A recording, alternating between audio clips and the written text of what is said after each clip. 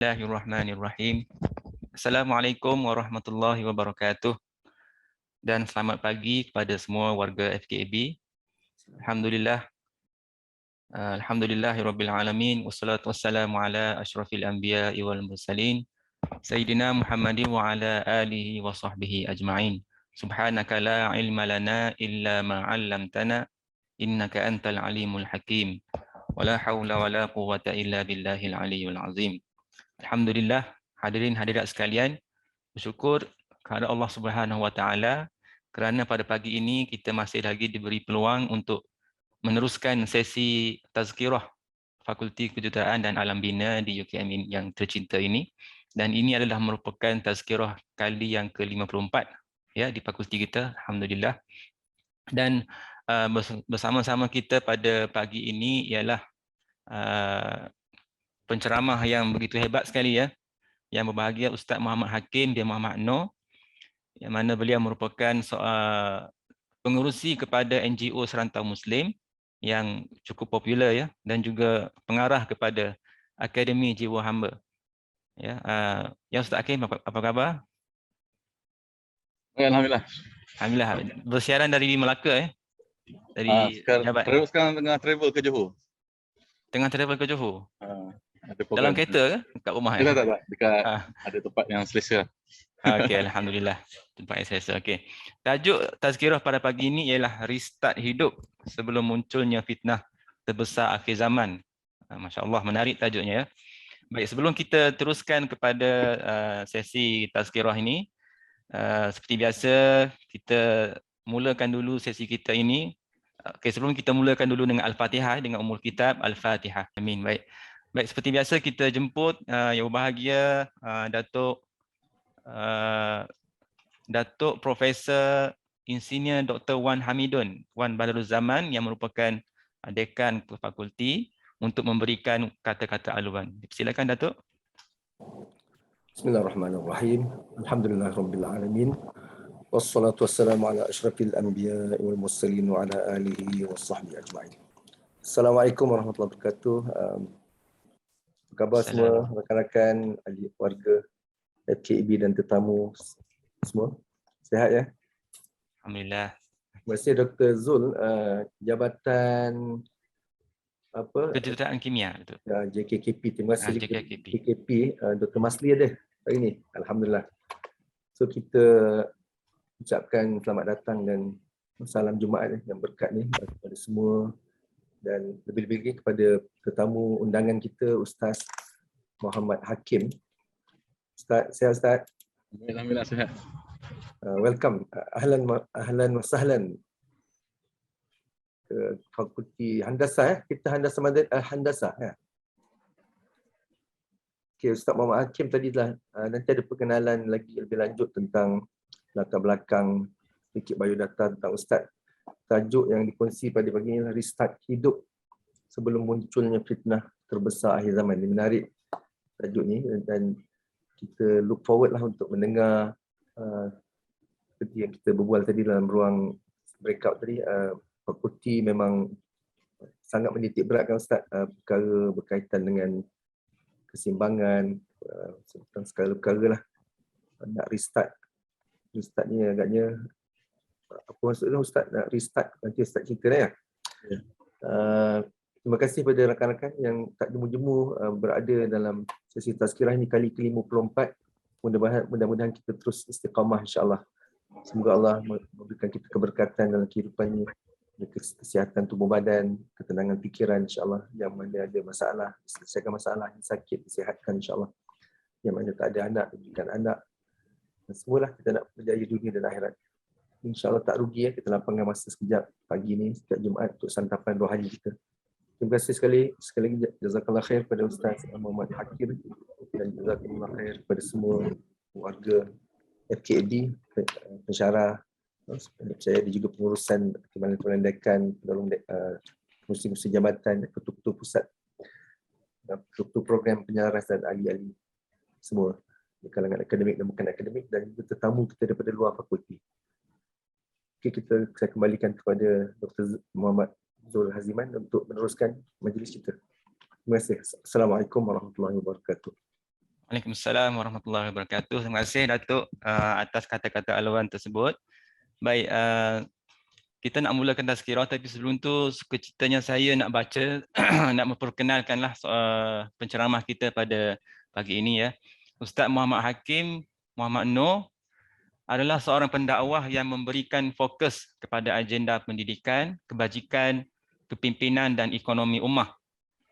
Beliau aktif menggerakkan dakwah di media sosial dan membangunkan beberapa jenama seperti Prof Mahaya Circle ataupun PMC, Tok Abah Dr. Fazilah Kamsah, Yaminika, Study, Serantau Muslim, Akademi Jiwa Hamba, Hidup Barakah, Hidup Magic dan banyak lagi ya. Sebelum ni saya pernah dengar Money Magic, Magic Wang kan. Saya pernah terdengar apa dia punya ceramah tu. Selain dakwah, beliau juga aktif dalam bidang perniagaan yang berkaitan dengan penulisan buku, seminar, latihan, homestay, tadika, travel dan perundingan. Dan juga aktif dalam pelaburan hartanah, saham, unit trust dan kripto. Sepanjang PKP yang lepas, Ustaz Hakim telah terlibat untuk mengagihkan bantuan kepada lebih 10,000 orang yang memerlukan di dalam dan di luar negara. Beliau juga membantu membina lebih daripada 5 buah masjid, 1,000 buah rumah dan 3 buah sekolah untuk pelarian di Syria, Arakan, Malaysia dan seluruh dunia.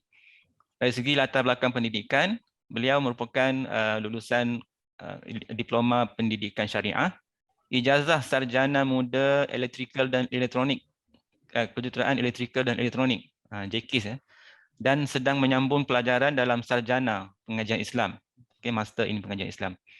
Beliau telah berkeluarga dan mempunyai 3 orang cahaya mata. Alhamdulillah. Jadi bila kita tengok biodata ni boleh dikatakan seorang yang serba boleh, serba boleh, pintar soleh. Masya Allah. Baik, dan tajuk kita pada hari ini adalah restart hidup. Saya pun tertanya-tanya restart hidup ni agaknya apa? Baik, biasa yang saya selalu buat restart komputer ya. Mungkin restart komputer ni biasanya bila komputer tu buat problem, kita restart kan. Jadi adakah dia berkait? Sama-sama kita saksikan, sama-sama kita nantikan jawapannya. Baik, tanpa melengahkan masa, saya mempersilakan penceramah kita, Ustaz Muhammad Hakim, untuk memulakan ceramahnya. Dipersilakan Ustaz. Bismillahirrahmanirrahim. Bismillahirrahmanirrahim. Assalamualaikum warahmatullahi wabarakatuh. Alhamdulillah. Wassalli ala Rasulillah Mustafa wa ala alihi wa sahbihi ajma'in. Qala rabbi shrah li sadri wa yassir li amri wa hlul 'uqdatam min lisani yafqahu qawli. Amma ba'd. Yang pertamanya terima kasih kepada Dinda Dr. Zahar Ziman Mak Saleh, rakan seperjuangan semasa zaman belajar dulu, yang juga merupakan orang yang boleh kata sangat soleh lah sejak zaman belajar dulu kan. Dan seterusnya kepada Datuk Wan Hamidun yang mengelolakan dan menyanjurkan program yang sudah sampai siri ke-54 ni. Masya Allah, banyak sangat pahala jariah yang dibuat ini. Tuan Muhammad Najib Adun yang sangat profesional dalam melaksanakan tugasan seluruh tentera penggerak akademik di Fakulti Kejuruteraan dan Alam Bina serta di seluruhan warga UKM yang saya kasih kerana Allah Ta'ala sekalian. Pertamanya saya ucapkan tahniah kerana bukan mudah untuk kita melihat universiti yang digagaskan satu tempat di mana tempat mulia, tempat untuk mencari ilmu, tempat keberkatan yang menarik balik fokus kepada fokus sebenar ilmu itu sendiri, iaitu untuk mendekat diri kepada Allah SWT. Yang mungkin sejak sekian lama kita belajar dalam keadaan pelbagai input yang masuk, seolah-olahnya ada perbezaan antara agama dengan sains, antara agama dengan politik, antara agama dengan kewangan, antara agama dengan sejarah. Tapi hari ini bila mana ada usaha-usaha program begini, kita nak menjelaskan bahawa asal usul keseluruhannya adalah pada agama itu sendiri yang mudah difakultikan untuk mudah kita mempelajarinya, tapi tidak pernah sekalipun terpisah. Dan Alhamdulillah, antara matlamat terbesar kita mempelajari ilmu ialah untuk kita lebih kenal Allah SWT. Jadi pada hari ini, perkara yang kita nak bicarakan juga adalah berkaitan dengan perkara yang sama, yang sepatutnya menjadi satu peringatan untuk saya dan kita semua sama-sama lah kan, untuk kita aware balik, remind balik. Nama pun Tazkirah hari Jumaat kan, Tazkirah ni namanya peringatan, dah tahu tapi kita remind balik, zakir kan, untuk kita peringat semula. Sebabnya bila kita buat program, saya sendiri bila kita anjurkan program-program seminar publik, tuan-tuan yang saya kasih sekalian, kita terlibat dengan banyak tokoh lah. Kita bersama dengan Prof Mahaya, kita anjurkan Prof Mahaya Circle, kita buat program Hidup Magic. Dengan Tok Abah kita rebrand kan, nama Fazilah Kamsah kita buat nama Tok Abah kekal sampai hari ini. Prof Mahaya kita namakan jadi bonda sebab kita nak dekatkan dengan masyarakat supaya satu mesej yang jelas kita nak sampaikan bahawa erti hidup ni sebenarnya bukan kepada apa yang kita sangka. Kalau boleh saya tanya pada ramai orang, saya semasa saya berforum dengan bekas Menteri Agama kita, bekas Mufti Wilayah, kita forum dengan saya bersama Dr. Zulkifli Al-Bakri. Masa tu saya dengar lebih dalam 3,000 audiens depan saya. Program tu program keusahawanan. Saya dengan Datuk berforum, saya tanya pada publik, siapa kat sini nak jadi kaya kan? Siapa kat sini nak jadi orang yang digelar sebagai jutawan? Semua angkat tangan, semua nak jadi kaya dan jutawan. Semua nak jadi orang yang berjaya. Definisi berjaya yang saya percaya ramai orang pegang ialah bila jadi orang yang kaya dan orang yang punya harta, orang yang punya kesenangan dunia kan. Dan tak salah bila saya duduk sebelah dengan Dr. Zulkifli Al-Bakri kata tak salah pun definisi itu, betul. Cuma masalahnya ialah dia berhenti setakat tu. Berhenti setakat itu saja. Setakat mengatakan kita perlu berjaya, maknanya dia terlibat dengan apa yang dia buat hari ini kerana nak memenuhi keperluan kewangan yang dia nak. Contohnya kalau kita tanya, tuan-tuan datang ke fakulti hari ini, datang ke universiti hari ini buat apa? Kan? Kalau ada yang menjawab, kalau contohnya pada siapa? Kalau cikgu sekolah, pergi sekolah buat apa? Kalau dia jadi engineer, pergi ke tempat site untuk apa? Kalau dia doktor, dia pergi ke klinik untuk apa? Kalau dia terhenti, saya nak cari nafkah, nak cari duit, nak cari kewangan, tak salah. Tapi sebenarnya yang ada dia perlu dipertulkan sikit saja. Yang ini yang kita nak pegang topik restart balik hidup ni. Maksudnya, kalau fokus hidup kita ni sekadar semata-mata untuk mencari kesenangan ataupun bahagian kita dunia, maka kita akan menemui ke satu jalan yang sangat-sangat buntu dan tersekat. Sebab apa? Sebab dalam kita punya perkongsian ramah hidup, saya alhamdulillah Allah izin, bila kita buat program-program perkongsian publik, kita jumpa dengan ramai founder-founder yang mana pendapatan sebulannya bukannya sedikit. Pendapatan sebulan ada cecah 10 juta sebulan. Ini bukan sekadar sale keuntungan. Yang ada keuntungan 50 juta sebulan. Bahkan ada saya jumpa 100 juta sebulan. Yang duduk dalam circle kita sembang-sembang. Dan saya jumpa masalah yang sama kalangan mereka ni ialah ada di antara mereka yang merasakan hidup ni tak tenang. Hidup ni tak rasa selesa, serabut macam-macam masalah. Jadi saya pun tertanya-tanya, bukankah dulu orang-orang ini dulu berniat dalam hidup dia, aku nak kaya supaya aku boleh senang hidup. Tapi bila ada orang ni duduk dalam keadaan selesa, dah ada kewangan yang baik, dah ada duit yang bagus, tapi kenapa dia tidak dapat apa yang dia cari? Rupanya masa peringkat permulaan, target itu sendiri ada masalah. Target dalam kehidupan dia meletakkan kekayaan, kesenangan hidup tu menjadi satu target utama. Dia bangun pagi, bangun-bangun bercelik matanya, aku nak pergi kerja sebab aku nak cari duit, nak cari pitih, nak cari duit, nak cari kewangan. Salah ke? Tak salah. Kalau dia punya niat itu bawa kepada akhirat. Sampai ke akhirat. Yang ini yang kita nak restart balik. Nak restart balik hidup. Sebab apa? Sebab pada hari ini, yang kita hadapi pada hari ini, dunia yang kita hidup ni, dalam keadaan yang penuh dengan propaganda. Saya sebut propaganda, perkataan yang mudah faham lah. Ataupun dipanggil sebagai publikasi ataupun promosi tentang cara hidup yang salah. Dan kita kena faham, siapa punya agenda ni? Cara hidup salah ni ditayang di mana? Ditayang di filem, ditayang di dalam majalah, ditayang dalam surat khabar, ditayang dalam cerita-cerita. Maknanya kalau kau nak sukses berjaya, macam mana gambaran sukses dan berjaya ni? Sukses dan berjaya mesti rumah kena besar. Tak? Sukses dan berjaya ni macam mana gambaran ni? Sukses dan berjaya mesti kena ada sebelah rumah tu ada swimming pool. Kereta pula kereta yang besar, luxury. Dan ini ditayang-tayang. Kalau tanya pada 10 orang, saya percaya hampir ada 9 orang jawab, apa faktor, apakah contoh orang berjaya? Dia ni kaya, rumah dia besar, kereta dia mewah. Kan? Kalau definisi itu dia keluar, dan saya tanya soalan tu balik. Daripada mana datangnya definisi kekayaan ataupun imajinasi kejayaan itu mesti sudah dengan kekayaan kerana telah diprogramkan ataupun telah direncanakan oleh orang-orang ataupun satu kuasa besar tertentu yang nak bagi kita faham segala-galanya mesti lihat kepada kejayaan itu sinonim dengan kesenangan hidup di dunia. Sahabat-sahabat sekalian yang dikasihi Allah sekalian, hari ini kita kena faham betul-betul siapa dia the master plan yang mewujudkan semua benda ni. Hingga hari ni kita dah tak nampak dah matlamat hidup ni. Kita macam satu kitaran red race. Saya bercakap tentang banyak program dalam program-program saya dipanggil financial freedom. Financial freedom ni orang-orang yang nak cari kebebasan kewangan.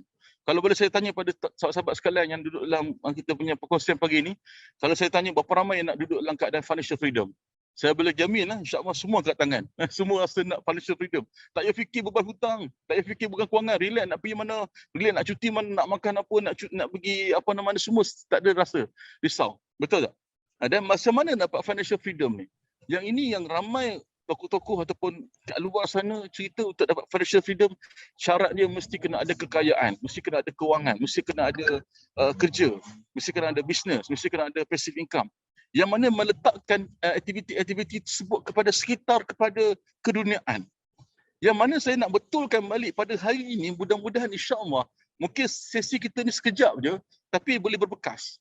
Iaitu membetulkan balik fokus hidup kita ni. Apa yang Rasulullah SAW buat? Manusia paling baik yang Allah Ta'ala ciptakan kat muka bumi ini, yang Allah Ta'ala berikan tanggungjawab paling besar, apa yang Rasulullah buat? Adakah Rasulullah ajar untuk seperti mana yang kita tengah buat hari ini? Kita tanya pada orang, kau hidup kau apa? Untuk apa? Aku nak dapat gaji besar sikit, aku nak pangkat tinggi lagi, aku nak title hebat lagi, aku nak dapat lagi banyak pengaruh, aku nak lagi banyak pengikut. Itu ke dia tujuan kita kat dunia ni? Itu ke benda yang kita kena buat sebenarnya? Kita kadang-kadang hilang lost direction tu.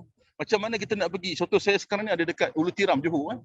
Saya daripada Melaka tadi nak ke sini, perkara pertama saya kena buat sebelum saya bergerak ialah saya kena set direction ni. Saya kena buka telefon, GPS, kan, kemudian kita tengok mana nak pergi. Nak pergi ke Ulu Tiram. So saya letakkan set direction, so pergilah ke arah ini. Kalau saya tak letak direction, tata saya silap sampai KL, saya sampai ke Perlis, Kelajok. Sebab apa? Salah direction. Itu yang sedang berlaku pada hari ini. Direction yang ditetapkan pada kita jadi tak betul. Kita buat kerja tapi kerja itu tak berapa tak tepat. Menuju ke direction yang kurang tepat. Jadi kalau kita tengok pada hari ini, ramai hari ini tengah buat kerja. Tengah bekerja berusaha. Tapi bila kita sampai ke satu tempat yang kita sedar, rupanya itu bukan peranan kita. Maka Allah Ta'ala hantar seorang manusia bernama Rasulullah SAW ni untuk memberitahu pada kita, untuk remind balik, kita kena disedarkan, dikejutkan, kita kena buat benda yang sebenar-benar kita diciptakan. Buat benda yang betul ni, benda yang paling besar, paling basic kita kena buat ialah, kita dengar ayat ni banyak kali, wa ma khalaqtul jinna wal insan illa liya'budun. Surah Az-Zariyat ayat 56. Allah Ta'ala ciptakan jin dengan manusia ni untuk kembali beribadah kepada Allah Ta'ala. Soalannya beribadah tu macam mana? Apa maksud ibadah yang sebenar ni? Yang hari ini kita duk faham tentang ibadah yang kita faham, mungkin sebilangan kecil kita yang faham, ibadah tentang rutin ibadah seperti solat, baca Quran, zikir dan sebagainya. Tapi lebih besar daripada itu ialah membawakan keseluruhan hidup kita ta'abbud ila Allah ni. Kita semayang ni. Kita semayang awal waktu ni, semayang jemaah ni. Tapi berapa ramai yang dalam keluar solatnya terlibat dengan benda yang bukan sebab Allah Ta'ala. Contohnya terlibat dengan financial, kewangan yang terlibat dengan riba, contohnya. Kehidupannya, dia punya keluarganya tidak bawa kepada Allah Ta'ala. Sebab dia tak nampak keseluruhan kehidupan. Dia nampak juzuk. Dia jaga semayang, dia baca Quran hebat, tilawah Quran hebat. Tapi keseluruhan hidup tu tidak bawa kepada Allah Ta'ala. Kalau ada masa lapang dengan rumah dia, apa bicara-bicara yang dibicarakan dengan ahli keluarga dia? Kalau dia tanya kat rumah dia, rumah tu jadi macam mana? Rumah dia jadi kedai makan ke? Rumah dia jadi wayang ke? Rumah dia jadi tempat peranginan? Maksudnya, kalau kat rumah, kalau yang kita cuti nak pergi mana? Maknanya topik bincang dengan isteri ataupun anak-anak ni tentang cuti saja. Ataupun yang kita nak pergi makan mana ni? Restoran mana nak pergi lagi? Saya ada jumpa keluarga yang setiap masa fikir nak makan kat mana. Hari ni makan kat mana? Esok nak makan kat mana? Hidup di sekitar makan. Ataupun ada keluarga yang fikir hari ni tengok cerita apa Netflix apa terbaru cerita terkini. Wayang mana nak pergi? Ya, maksudnya kehidupan itu tak paralel dengan ibadah yang Allah Ta'ala ciptakan kita tu. Sebab apa? Sebab kita dah dilupakan matlamat dan sasaran sebenar. Siapa dia manipulator terbesar ni? Manipulator terbesar yang menjadi orang merancang segala-galanya untuk kita lupakan ni. Kan? Kalau kita kata Rasul itu ingatkan kita daripada tersesat, siapa dia manipulator terbesar? Jawapan ni ialah syaitan. Iblis lah. Iblis ni telah berjanji sejak pada awal lagi, sejak Adam dilahirkan lagi.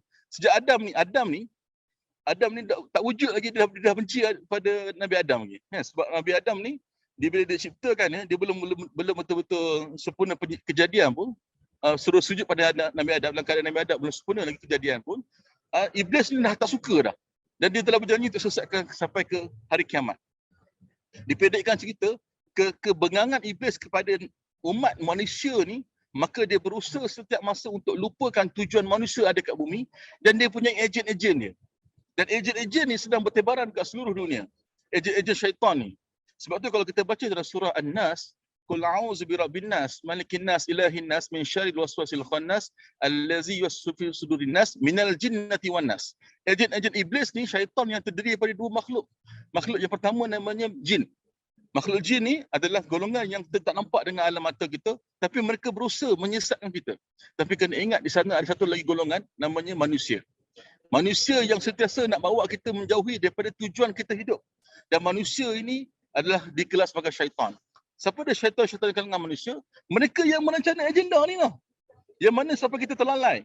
Kita sibuk dengan tengok movie, sibuk, minta maaf ya, saya tak sebut kepada mana-mana. Saya nak cerita tentang kehidupan kita yang terlalai ni. Yang kita macam kita ni bawa kereta ni, tanya mu nak pergi mana? Tak tahu nak pergi mana ni. Asal bawa kereta lah. Nampak macam bekerja, macam bawa kereta tapi tak pergi menuju mana-mana, berpusing-pusing. Sebab dilalaikan. Sebab ditutup kemana nak pergi. Maka keadaan ini telah disusun oleh iblis dengan pengikut-pengikut dia. Dan bila mana Nabi sallallahu alaihi wasallam dilantik sebagai Rasulullah, sebagai Rasul akhir zaman dan Rasul paling hebat, maka sifat dia ialah musuh yang akan muncul juga musuh yang paling hebat.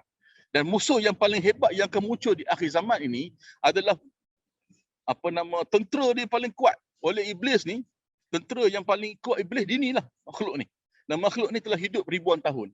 Makhluk ni hidup ribuan tahun, sejak zaman Nabi pun dah wujud dari makhluk ni. Dia mencatur daripada belakang. Dia mencatur pelbagai agenda, konspirasi, gerak kerja untuk kita lalai daripada ingat Allah Ta'ala. Kita kena faham mengapa kita jadi apa yang kita hari ni, kerana kita dalam perancangan orang yang tak mati-mati ni. Manusia ni hidup ni dalam keadaan tak mati-mati, merancang dan berencana macam mana untuk kita lupa pada Allah Ta'ala. Maka atas sebab itulah Allah Ta'ala telah menurunkan Rasulullah dan bagi tahu pada kita, setiap Nabi sejak zaman Nabi Adam sampai hari ini, tidak ada satu orang Nabi pun tak pernah gagal untuk ingatkan umat dia tentang ancaman manusia yang memang membawa misi syaitan. Dan manusia yang membawa misi syaitan ni sangat bahaya. Fitnah dia yang paling besar. Fitnah ni maknanya ujian. Ujian yang paling besar yang sedang nak sesatkan kita ialah untuk kita syirik kepada Allah SWT, untuk masuk neraka sama-sama dengan iblis. Dan siapa nama manusia ni? Manusia ni namanya Dajjal. Sahabat-sahabat sekalian, saya nak kena bagi tahu benda ni secara umumnya. Kerana apa? Kerana Rasulullah SAW sebut dalam hadisnya, barang siapa yang mengamalkan surah Al-Kahfi ayat 1 hingga 10, menghafaz surah Al-Kahfi ayat 1 hingga 10 ataupun ayat 101 hingga 110, 10 ayat awal atau 10 ayat terakhir, maka akan terbebas daripada bahaya fitnah Dajjal. Sahabat-sahabat sekalian yang dikasihi Allah sekalian, saya ni pergi tengok banyak tempat. Saya pergi ke Palestin, saya pergi ke Syria, saya pergi ke seluruh negara ASEAN, saya pergi ke Afrika. Saya sedang melihat kemunduran umat Islam dalam pelbagai aspek. Kalau kita sebut pasal ekonomi, kita bukan championnya. Kalau kita sebut pasal pendidikan, kita bukan championnya. Kalau kita sebut pasal sukan, kita bukan championnya. Kalau kita sebut pasal pemikiran, kita juga bukan championnya. Kalau kita sebut banyak-banyak benda, kita macam ada di kebelakang ataupun bukan di hadapan. Yang paling kita risau dan bimbang ialah, kita punya anak-anak muda, generasi-generasi muda. Generasi muda yang hari ni kalau kita pernah pergi, saya terlibat dengan program-program motivasi. Kita masuk sekolah, kita masuk universiti, kita pergi ke luar negara jumpa dengan orang anak muda. Kita masuk di Palestin, sahabat-sahabat sekalian. Hari ni kita tengok anak-anak muda yang ada pada hari ni dalam keadaan yang diuji dengan pelbagai benda. Ada yang terlibat dengan dadahnya, dengan zinanya, ada dengan pornografinya, dengan ada dia punya larut dengan hidup dia, media sosial, dengan dia game dia. Maksudnya anak muda kita lagi tak ada jati diri, tak ada hal tuju. Dan macam mana boleh jadi macam ni? Kerana kehidupan dia semua dipandu oleh orang-orang yang ada niat untuk jauhkan daripada Allah Ta'ala.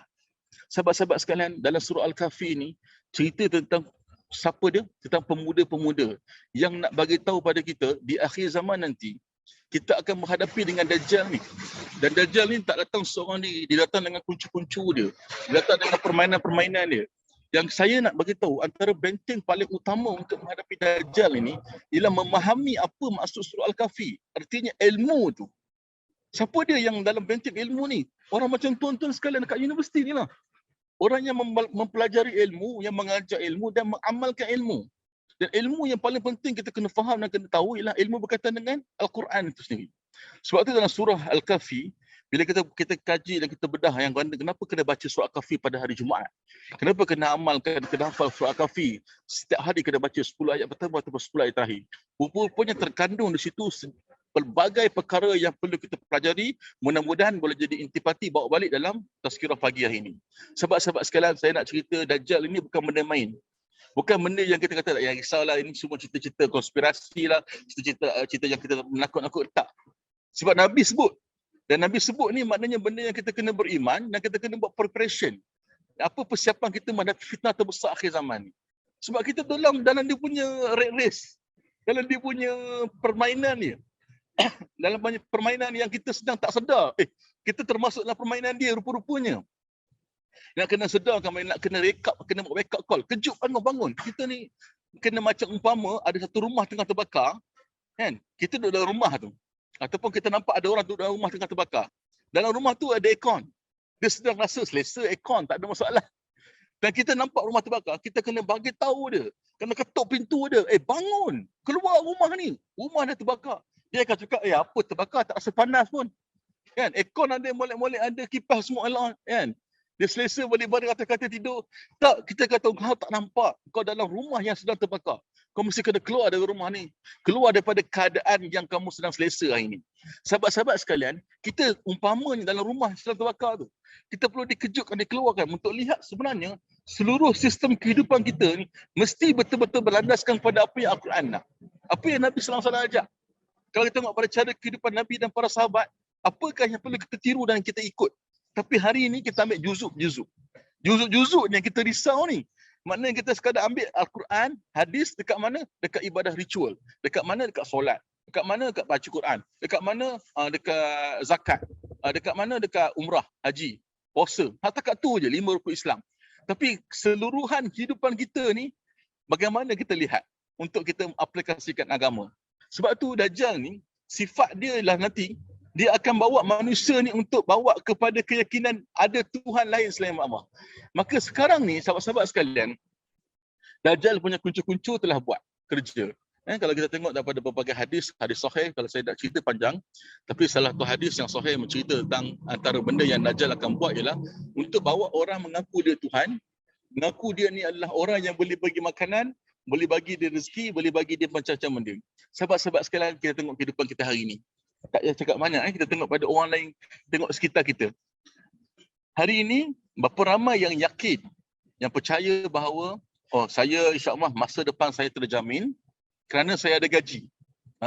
Kerana saya ada simpanan. Kerana saya ada aset. Itu contoh itu. Kan ramai yang mengaku begitu kan. Tapi tanpa kita sedar, kita ni umat tauhid. Umat tauhid ni maknanya umat yang mengaku la ilaha illallah. Kan, la ilaha illallah tu maksudnya la ilah, tiada Tuhan. Kan, kita terjemah bahasa Melayu tiada Tuhan selain Allah. Tapi sebenarnya pengertian dalam bahasa Arab ni dia tak boleh nak panggil ilah tu sebagai Tuhan semata-mata. Itu tafsiran, salah satu tafsiran yang sebahagiannya. Tafsiran yang lebih besarnya ialah ilah ni tempat pergantungan, tempat penciptaan, tempat pengharapan, tempat segala-galanya. Maksudnya tidak boleh ada dua dalam ilah ni. Saya bergantung harap kepada masa depan saya kerana saya lega. Saya ada gaji. Ni keyakinan gini. Keyakinan gini yang sedang cuba dirosakkan kefahaman pada kita ni tanpa kita sedar tentang tauhid kan, tentang keyakinan. Sebab nanti bila akhir zaman nanti, saya nak bagi tahu Allah akan uji kita dengan ujian yang tak pernah diuji pada umat-umat terdahulu, iaitu Dajjal ni. Di mana bila keluar Dajjal ni, keadaannya kita kena faham, waktu dia keluar nanti 1/3 hujan akan ditutup, akan daripada muka bumi ni tak ada. 3 tahun sebelum Dajjal keluar, 1/3 ditutup hujan. Bila hujan tak ada ni, ataupun dia tak dikeluarkan hujan ni, maknanya apa? Makanan-makanan kita macam mana? Makanan kita akan jadi masalah. Tenaga-tenaga kita akan masalah. Tahun kedua, 2/3 pula hujan di Tuhan. Air di bumi tak keluar. Dan tahun ketiga, langsung tak keluar hujan dan tak keluar air kat bumi. Ini hadis. Maksudnya saya nak bagi tahu cerita, pada waktu itu, keyakinan kita bergantung gitu, aku tak apalah, aku ada simpanan. Aku ada, tak apa, aku ada makanan. Aku ada, tak apa, aku ada gaji. Semuanya Allah akan tarik satu demi satu. Kan? Satu demi satu akan ditarik. Yang tinggal ialah pergantungan kita hanya kepada siapa dia? Pada Allah Ta'ala. Tapi pada waktu itu, kalau kita tak mempersiapkan diri kita, tak restart balik hidup kita pada awal untuk menghadapi ujian paling besar ni, saya risau dan memang bila mana Dajjal keluar dengan pengikut-pengikut dia akan beritahu siapa dia nak makan, mai saya bagi makanan.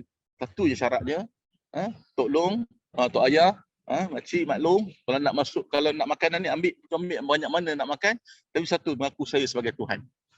Waktu tu kita kena faham, 3 tahun tak makan.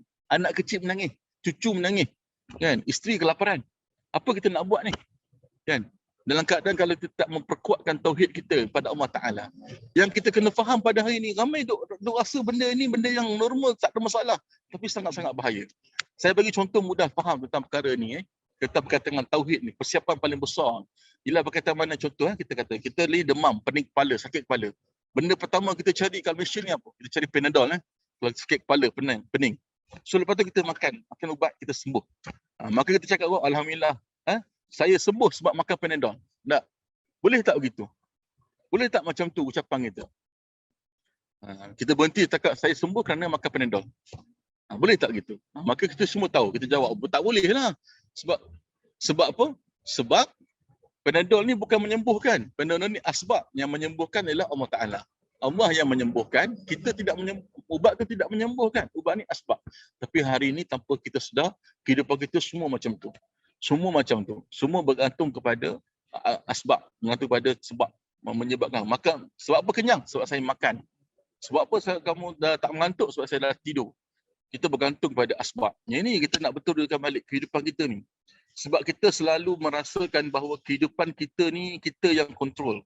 Kita yang tentukan. Sampai ke penceramah-penceramah selalu sebut kan, ataupun program-program motivasi, engkaulah apa yang kau fikirkan, berfikir boleh kan.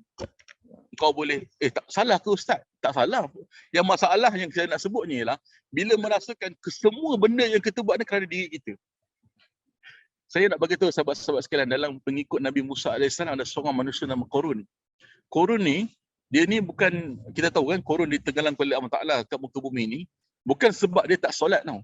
Bukan sebab dia ni adalah orang yang sembah Tuhan lain. Tak. Tapi sebab apa Korun ditenggelamkan dalam surah Al-Qasas, sebab apa?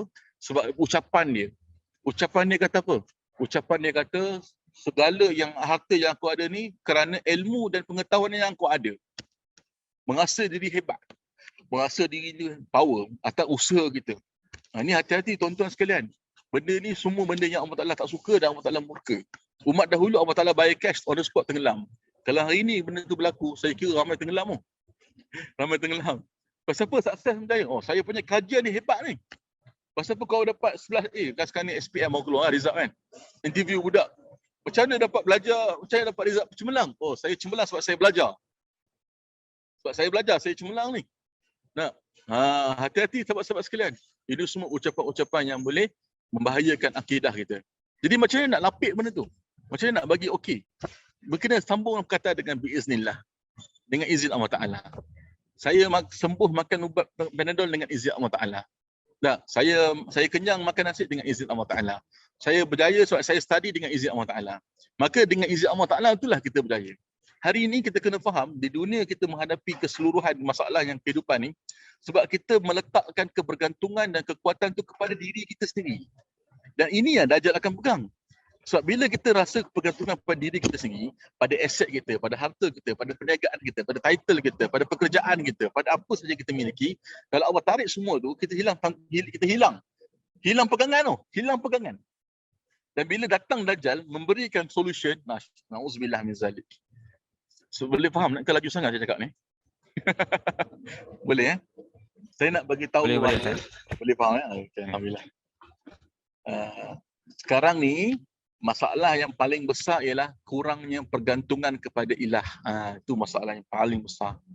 Dan bila ilah itu ditarik, datang pula ilah baru, maknanya ilah ni bukan Tuhan. Contohnya kita faham kecintaan kan. Kita punya pergantungan. Pergantungan kita pada pekerjaan kita, pada perniagaan kita, pada simpanan kita, pada pasangan kita. Kita rasa bergantung pada dia lebih daripada Allah Ta'ala. Maka itu akan jadi satu asbab untuk kita mudah terikut dengan Dajjal nanti. Sebab ilah ni akan ditarik, maka Dajjal akan datangkan solution. Kita sayang sangat pada ayah kita, pada mak kita. Kan? Kita ikut mak ayah kita sayang sangat. Kan? Dalam keadaan bila Dajjal turun, Dajjal dalam satu hadis akan cerita, dia akan hidupkan balik mak ayah kita. Dihidupkan balik mak ayah kita untuk kita mengaku Dajjal tu Tuhan. Macam mana nak jawab masa tu? Macam mana nak jawab? Sebab tu sahabat-sahabat sekalian, dalam keadaan sekarang ni, saya nak bagi tahu benda yang saya tengah nak sampaikan ni ialah bila saya terlibat dengan banyak program masyarakat, jumpa dengan orang tertentu, saya rasa risau dan bimbang. Apatah lagi sekarang ni kan, lepas PKP, ada yang hilang pekerjaan, ada yang ada masalah kewangan, terpaksa keluarkan duit KLBSP untuk survive. Sekarang ni dah lepas KLBSP, duit dah tak ada dah. Kan? Macam mana ni? Dengan krisis makanan pula makin mahal. Betul kan? Pergi mana-mana pun mahal sekarang ni. Harga makanan semua naik berganda-ganda. Tengok ucapan daripada Jokowi baru ni kat Indonesia, kan, dah ada beberapa negara telefon dia, call dia, minta tolong lepaskan ekspor minyak sebab negara dia akan berlaku krisis makanan. Dia kata bank dunia sini dah buat unjuran kemungkinan sampai 40 buah negara akan jadi masalah. Sekarang ni Sri Lanka dah kena. Kan, mungkin dia tengok dekat Lebanon dah kena. Dia kata mungkin ada banyak lagi negara-negara akan terkena dengan masalah inflasi. Masalah inflasi ni lah. Masalah kenaikan harga barang. Jadi orang dah tak mampu nak survive. Jadi macam mana ni? Macam mana nak selesaikan masalah ni? Sebab-sebab sekalian, saya nak bagi tahu ini semua dalam ujian yang perlu kita faham bahawa Allah sedang menguji kita bukan dekat bahagian kekurangan makanan saja. Bukan dekat bahagian kekurangannya minuman saja. Tapi tentang keyakinan kita kepada Allah Ta'ala. Keyakinan kita sedang diuji. Sebab kalau kita faham yang mengenyang kita makanan, maka Allah akan uji kita makanan kurang. Tak? Kalau kita faham yang kita ni berjaya kerana kita punya pekerjaan, Allah uji pekerjaan kita tak ada. Faham tak ni? Saya nak bagi kita faham macam ni. Kita kena faham bahawa kita ni tak ada apa-apa. Kejayaan kita selama ni bukan sebab kepandaian kita. Kehebatan kita ni bukan sebab ilmu kita. Bukan. Ini nak kena restart balik ni. Betulkan balik mikir ni. Sebab ada orang hidup kat muka bumi menongkang langit. Merasakan diri dia yang buat kejayaan ni semua ni. Oh ni saya buat ni. Oh ni saya buat ni. Oh ni saya punya. Mana milik kita? Tak ada milik kita pun. Apa yang ada kat dunia ni semua Allah bagi pinjaman kepada kita. Tapi kita ditipu dan ditipu lagi. Ditipu dengan apa? Dengan nafsu kita. Ditipu dengan bisikan syaitan. Ditipu dengan pameran-pameran oleh manusia-manusia yang ada agenda syaitan. Boleh jadi dia tak perasan pun agenda syaitan. Tapi dia tengah mempromosikan agenda syaitan. Apakah agenda syaitan? Untuk hidup kekal selamanya kat dunia ni. Menjadikan dunia ni matlamat. Saya nak bagi tahu berapa ramai di kalangan kita, ini sebab tazkirah kan. Kalau dia majlis ilmu, dia ada kitab kita bincang. Ya, ini tazkirah je. Tazkirah kita buat secara umum lah. Berapa ramai di kalangan kita ni yang matlamat hidup dia sekadar berhenti kepada apa yang dunia nak. Kamu nak apa dalam hidup kamu ni? 5 tahun akan datang. Oh, saya nak ada kereta, saya nak ada rumah, saya nak ada duit, saya nak ada aset, saya nak simpandan, saya nak kahwin, saya nak ada anak. Lagi-lagi apa kau nak dalam hidup kau ni? Takat dunia. Ini dalam Al-Quran Allah Ta'ala sebut orang-orang yang mengaku yang berdoa Rabbana atina fid dunya hasanah. Berhenti takat tu je. Dan golongan ni Allah Ta'ala cela dia. Golongan ni yang berhenti kepada sekadar untuk dapat kesenangan dunia, Allah Ta'ala cela dia. Sebab apa? Sebab kena faham dunia ni adalah sementara.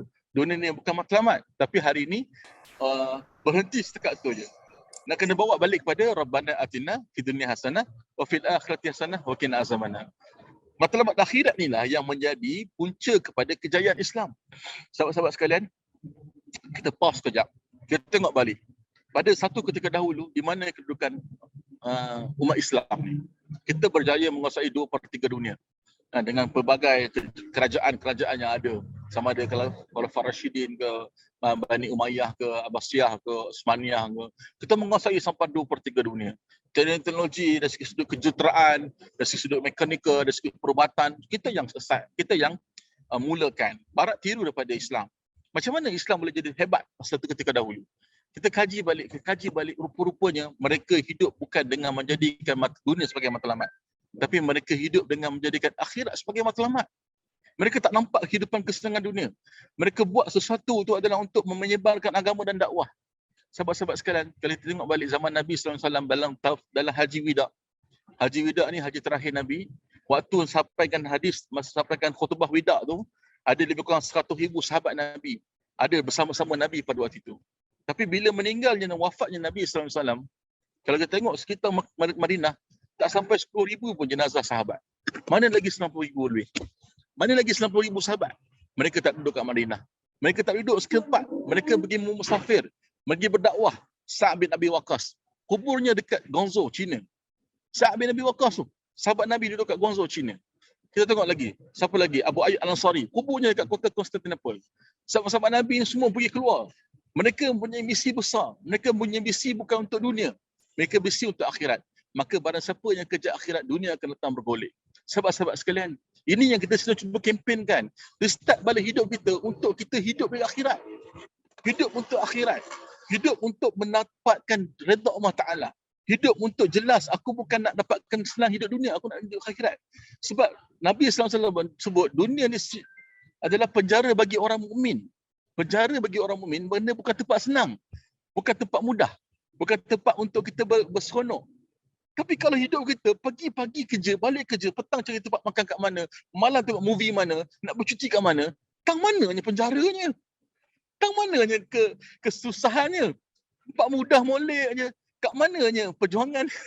Saya nak bagi tahu sekarang ni, hidup kita ni untuk diri sendiri, untuk ummah ni. Kak, faham tak? Selama kita hidup ni, berapa banyak bakti kita nak buat untuk akhirat kita? Sebab dalam Al-Quran Allah Ta'ala menggambarkan betapa banyak ayat-ayat Al-Quran yang mana bila dah mati mereka akan berkata Rabbana absarna wa sami'na farji'na. Nak kembali semula lepas dah mati, nak hidup balik semula. Untuk apa? Untuk nak amal soleh. Dia tak sebut saya nak kumpul balik banyak rumah supaya balik banyak rumah selamat kat akhirat. Dah. Dia tak sebut saya nak pangkat. Daripada doktor saya nak jadi prof Madia, jadi prof. Tak. Itu bukan matlamat dia. Itu sebagai tools untuk capai matlamat.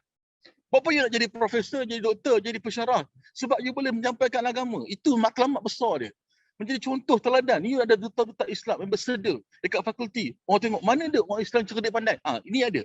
Macam mana nak tengok ciri-ciri dia? Solat jaga, baca Quran, dakwah disampaikan. Ada masalah yang student yang ada hati galau jumpa dengan lecturer, Prof bantu saya, doktor bantu saya. Dia terus ingat pada Allah Ta'ala. Allah Ta'ala menjadi penyelesaian.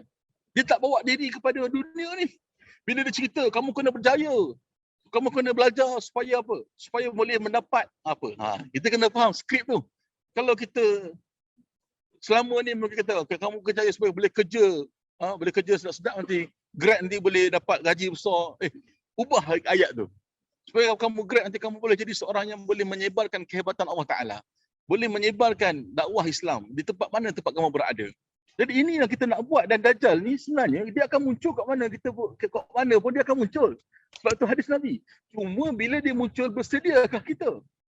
Kalau kita masih dalam kelarauan, dalam circle race ni, pergi kerja, balik kerja, bayar hutang, pergi kerja, macam satu circle yang sedang depend oleh mereka ni.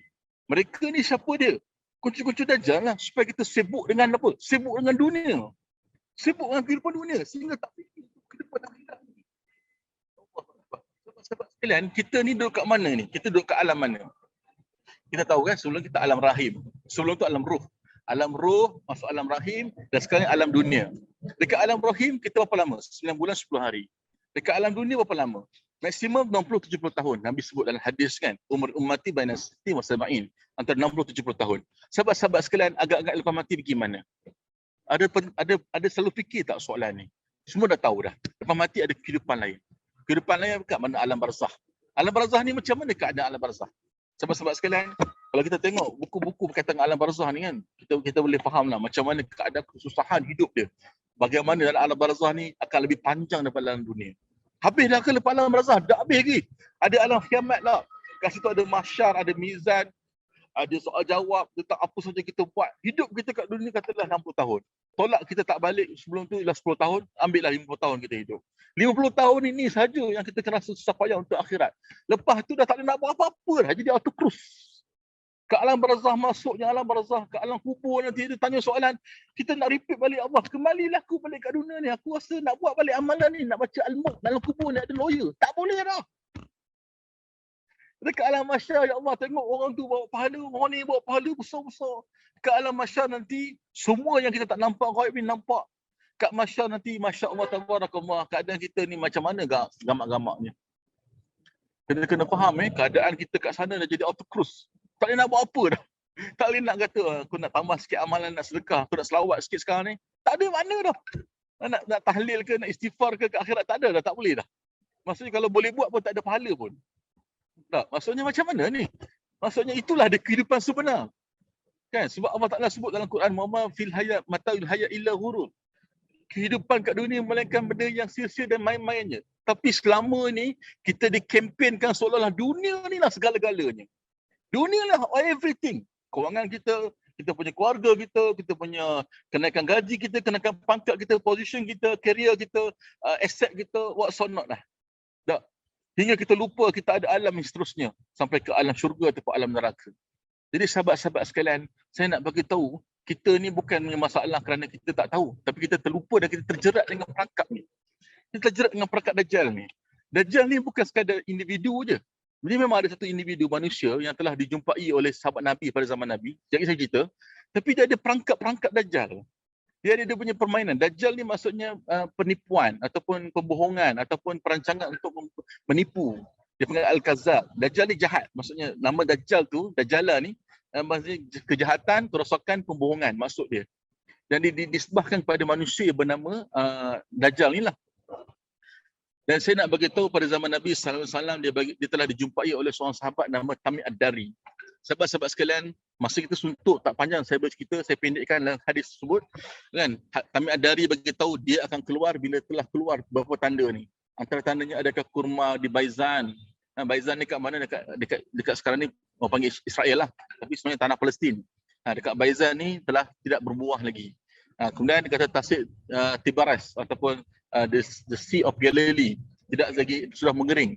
Lepas tu air mata Zugal tidak mengalir lagi. Sahabat-sahabat sekalian, ini fakta fakta terbaru, memang jelas kurma Baizan dah tak ada lagi. Kurma di Baizan tidak keluarkan buah lagi. Air tasik Tibaris ataupun Sea of Galilee ni telah mengering, merusut, tak pernah merusut seperti itu dalam abad ini. 100 tahun ni tak pernah merusut macam tu. Sangat-sangat merosot air dia. Jadi semua mata air utama kat Israel tu, dan air mata Zugar memang dah tak mengalir dah sekarang ni. Sahabat-sahabat sekalian, apa yang Dajjal disebut dalam keadaan itu, dia akan keluar. Dan bila dia akan keluar, apa yang dia akan buat? Dia akan buat kerosakan kat seluruh muka bumi ini. Bila keluar, wallahu alam, saya pun tak tahu. Tapi yang saya tahu, bila dia keluar akan keluar selama 40 hari pada hadis Nabi, dan dia akan jumpa dengan setiap lorong, masuk setiap rumah. Macam mana dia buat? Itu atas magic yang dia ada, sihir yang dia ada. Dia akan ada bawa dengan pengikut-pengikut dia. Dan apa yang akan dikempenkan? Satu je. Kempen untuk mengaku dia Tuhan. Sahabat-sahabat sekalian, siapa dia orang yang akan terselamat daripada kempen Dajjal ni? Ini saya nak beritahu, kalau boleh amal ini amalkan terus. Iaitu mereka yang menghafaz surah Al-Kahfi ayat 1 hingga 10. Saya nak kempenkan, tolonglah tuan-tuan sekalian, mulai pada hari ini, jangan tinggal surah Al-Kahfi. Tolong sangat-sangat. Saya merayu sangat. Kalau saya nak minta tolong sangat-sangat. So ini saya punya matlamat lah. Sahabat-sahabat sekalian, saya ni Allah Ta'ala bagi izin untuk saya buat macam-macam perkara ni. Tapi objektif saya tetap satu. Untuk selamatkan lebih ramai manusia ke akhirat. Untuk ingatkan balik, tolong kita punya misi ke akhirat tu. Kat dunia ni sementaranya. Kan? Nak ingat balik. Kita buat kat NGO kita ke, kat syarikat kita ke, dekat apa yang kita buat. Semua saya punya kefahaman apa yang Nabi bawa. Yang Nabi bawa untuk orang kembali kepada Allah Ta'ala untuk selamat dekat akhirat. Kan? Sahabat-sahabat Nabi ada yang miskin. Sahabat-sahabat Nabi ada yang fakir. Ada yang tak ada apa-apa. Tapi Nabi tak kisah, tak risau. Tapi bila ada sahabat Nabi yang tidak beriman, ada orang yang tidak beriman zaman Nabi, Nabi sangat risau. Nabi sangat fikir, takut. Sebab apa? Sebab tahu hidup dunia ni kalau sakit dan juga derita sementara je. Tapi ke akhirat selama-lamanya. Jadi mana yang perlu kita risau? Yang sementara ke yang selama-lamanya? Kan? Kalau kita fikir, mana yang lagi bagus kita fikir? Tentang dunia ke tentang akhirat? Tapi Ustaz, macam mana? Saya takkan nak tinggalkan kerja dunia. Tak. Jadikan kerja dunia ni sebagai tools untuk bawa ke akhirat. Kan? Jadi sebab tu bila Dajjal keluar, kita dah prepare. Ni untuk apa? Bukan untuk Dajjal tu. Prepare. Kalau Dajjal tak keluar, tak sempat jumpa pun, kita pun mohonlah jangan jumpa Dajjal. Sebab dia kita orang sangat besar. Tapi kita akan mati. Mati tu pasti. Bila boleh mati? Malam tadi kan, arwah baru meninggal. Ustaz Dr. Jamnul Azhar Mulkan meninggal malam tadi kan. Siapa lagi? Kita pun tak sangka ada ramai orang muda meninggal. Saudara kita masa zaman Covid tengah aktif dulu, ramai orang meninggal, mengejut sebagainya. Dia mati ni dia tak kira ikut dah tua sakit baru mati. Kan? Kejap lagi saya meninggal pun tak tahu. Tiba-tiba Allah tak ada nyawa, aksiden ke. So siapa boleh tarik? Tapi bersedia tak kita dengan mati ni? Sebagaimana kita bersedia dengan kehidupan dunia kita ni. Kan?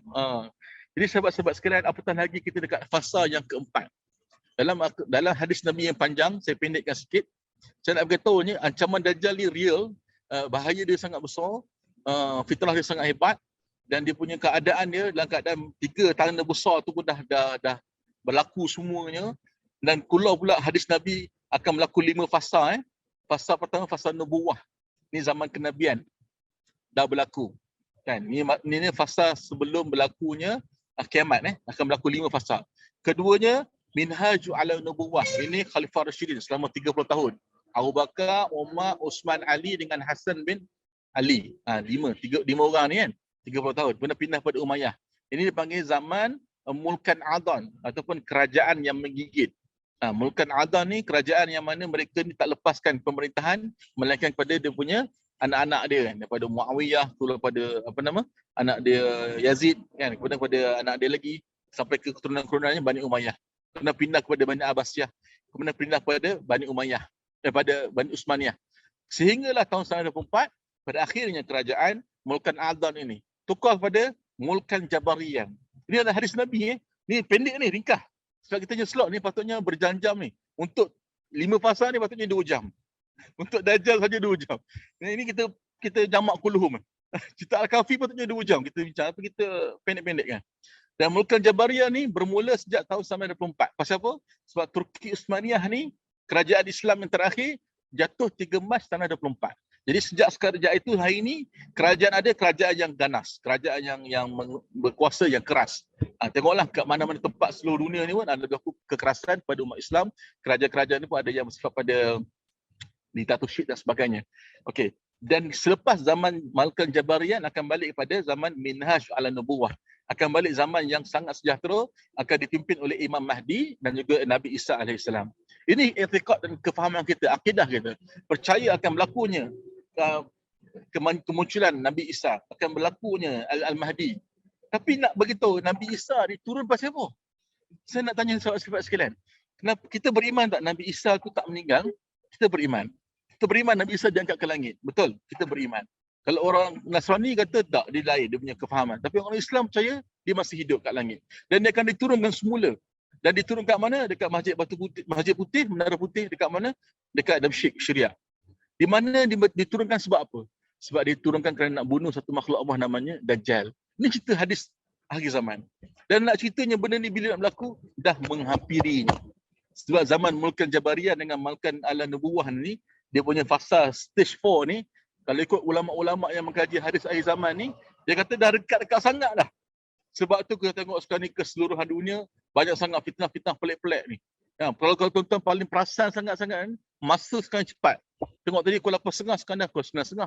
Cepat betul masa. Kan? Dulu rasa macam nak habis sejam ni bukan yang lama. Sekarang ni, sat je dah 9.30. Kan? Ini contoh akhir zaman lah. Contoh kita betul-betul kat ujung-ujung. Jadi apakah persiapan dia? Saya masuk pada tindakan lah. Persiapan apa nak buat. Persiapan kita akan tengok balik. Kenapa nak semua suruh kita hafaz surah Kahfi? Sebab surah Kahfi ni surah yang beri simbolik bahawa pemuda-pemuda Al-Kahfi ni, panggil Fityatun ni, mereka ni anak muda yang bukannya orang pandai. Maksudnya tak semestinya jadi ulama. Tak semestinya jadi nabi. Dia bukan nabi, bukannya rasul. 7 orang ni bukan nabi, bukan rasul. Dan tidak ada nabi dan rasul pun sekitar mereka. Tak ada pun. 7 orang ni je. Yang mana mereka yang dapat hidayah daripada Allah Ta'ala, dan apa mereka buat? Mereka pergi menyelamatkan akidah.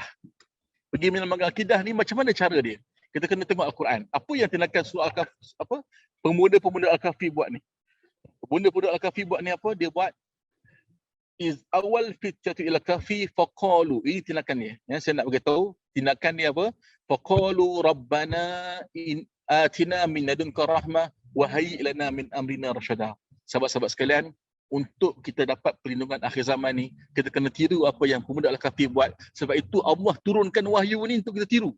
Untuk kita belajar dan faham kenapa apa yang Al-Kahfi buat yang kita selamat sedangkan mereka anak muda. Mereka ni tak ada ilmu, tak ada pengalaman. Maksudnya mereka ni bukan ulama, bukannya rasul, bukannya nabi. Tapi Allah Ta'ala selamatkan mereka. Allah bagi mereka perlindungan. Rupa-rupanya terkandung dalam Al-Quran. Ini apa action item dia yang kita nak tiru sama-sama hari ini. Apa dia? Jawapannya doa. Mesti sentiasa doa. Doa ni penting tuan-tuan sekalian, sahabat-sahabat sekalian. Kalau kita dalam keadaan tak confirm nak buat apa. Kan? Kadang-kadang kita ada istikharah kan. Kita istikharah, kita nampaklah contoh macam Dr. Jimmy nak nikah kan. Nampak muslimat pilihan dia, dia pun nikah lah. Nampak kan dia senang hati dengan pilihan dia. Contoh kan Dr. Zul kan. Tapi Tiba-tiba kita istikharah tak nampak sesiapa. Kan? Tak nampak siapa-siapa, tak rasa tenang pun. Tapi macam mana ni keputusan kena buat ni? Keputusan kena bergerak. Ada tak dalam hidup kita macam tu? Kita nak buat sesuatu tak tenang. Maka Allah ajar cara dia ialah dalam keadaan anak-anak muda tak tahu nak bergerak macam mana, tak tahu nak pergi mana. Kenapa pergi gua? Sebab dia pun tak tahu, tak ada pilihan. Tak ada resource. Kita akhir zaman ni macam-macam fitnah. Tak tahulah. Saya ikut ustaz ni, duk bergaduh dengan ustaz ni. Duk kata orang ni fitnah, duk kata orang ni macam-macam pening, saya pening tak tahu nak apa ni. Kembali kepada Al-Quran. Rabbana atina min ladunka rahmah. Ya Allah, berikan kepada kami daripada sisi Engkau dengan cara yang pelik pun tak apa, ikutmu lah ya Allah. Tapi Engkau yang boleh bantu kami. Wahai lana min amrina rasyada. Dan berikan kepada kami daripada apa yang kami nak buat ni petunjuk. Maka Allah yang berikan petunjuk. Bila kita dah faham, dalam kita punya kefahaman kita, hidup aku ni bukan aku tentukan, tapi Allah, maka penyerahan diri total penyerahan tu. Itu yang kita nak buat kempen jiwa hamba tu. Ini kempen bila doa ni kena rasa kita tak memiliki, kita tak ada apa-apa. The moment you rasa you lemah, the moment you rasa tak ada apa-apa, menangis kepada ya Allah, aku tak tahu ni nak buat apa hidup aku ni.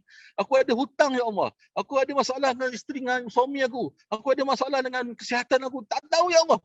The moment kita melepaskan segala-galanya, itu Allah akan bantu. Wahai lana min amrina rasyada. Tuan-tuan, doa ni, doa daripada Al-Quran, memang sangat mustajab. Potong, hafal. Rabbana, kalau boleh kita baca sama-sama. Rabbana atina min ladunka rahmah wa hayyi lana min amrina rasyada. Surah Al-Kahfi ayat 10. Tuan-tuan amal.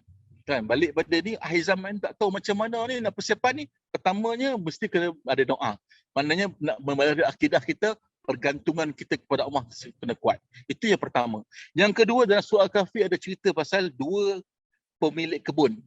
Ini fitnah yang kedua, fitnah harta.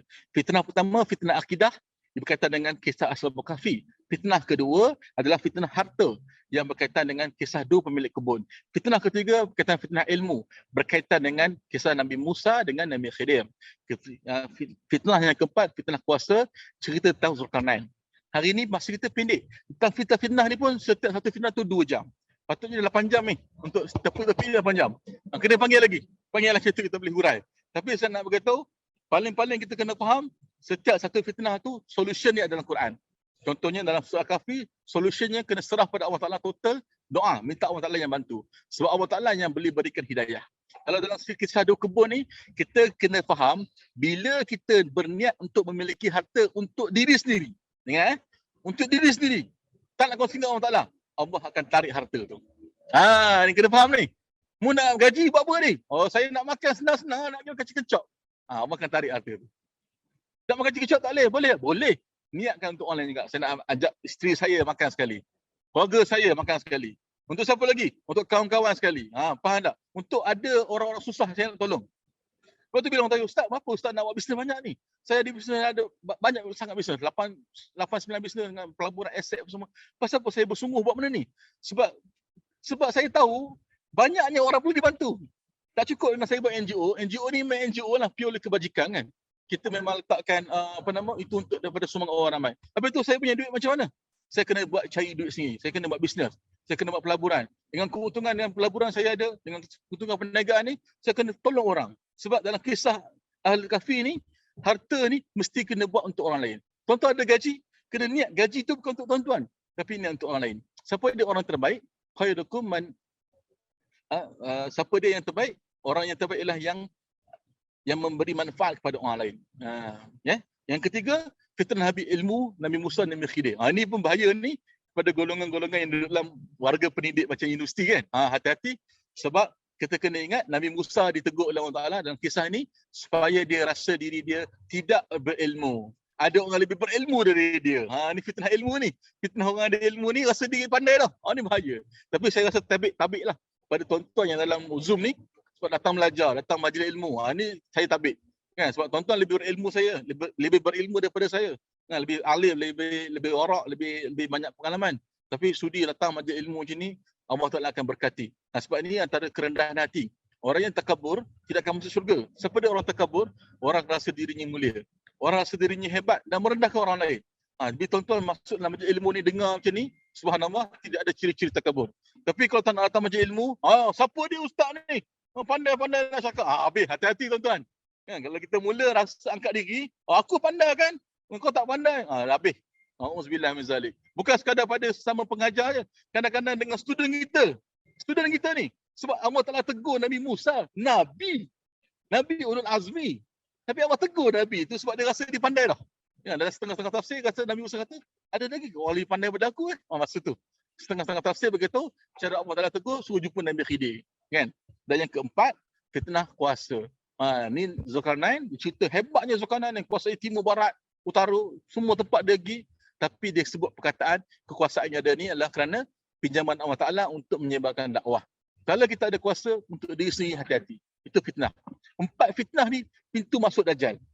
Akidah, harta, ilmu, kuasa. Hati-hati tuan-tuan sekalian, kena persiapkan keempat-empat ni. Lain kali ada masa rezeki kita kupas satu-satu, tadabbur. Ini bukan tadabbur, ini lebih kepada tazkirah. Penguasai umum je. Nanti kalau kita nak khusus, kita ambil satu topik, kita bincang macam-macam. Tadi pun Dajjal pun selalu. Patutnya Dajjal ni, cerita apa dia nak buat, magic dia pun semua tu pun banyak benda tu. Tapi kita tak sempat hari ni, kita beritahu, hati-hati tuan-tuan, kena prepare, kena buat persiapan. Jadi apakah restart hidup nak kena buat? Saya tinggalkan dengan 3 pesanan. Pesanan dia, pertama, mesti kena tadabbur Quran. Kalau tuan-tuan perasan, ayat surah Al-Kahfi yang 10 ayat yang kena hafal tu, 1 sampai 10 kita hafal tu, cerita tentang Al-Kahfi ni ayat ke-9 baru start. Am hasibta an ashabal kahfi warraqimi kanu min ayatina ajaba. Ayat ke-9 baru muncul surah Al-Kahfi. Habis ayat 1 hingga 8 cerita apa? Ayat 1 hingga 8 cerita tentang keajaiban Quran, kehebatan Quran. Mesti kena belajar Quran. Masalahnya kita ni belajar Quran henti tajwid saja. Takat baca saja.